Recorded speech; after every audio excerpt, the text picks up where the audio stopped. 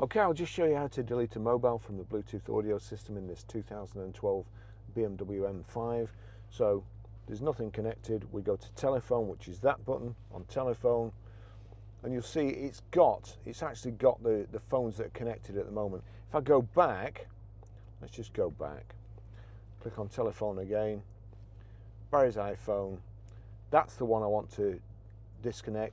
If I knock it sideways, knock the control sideways, it brings up this other screen here. And there you go. You've got Barry's iPhone, configure device, remove device, remove device. That's it gone.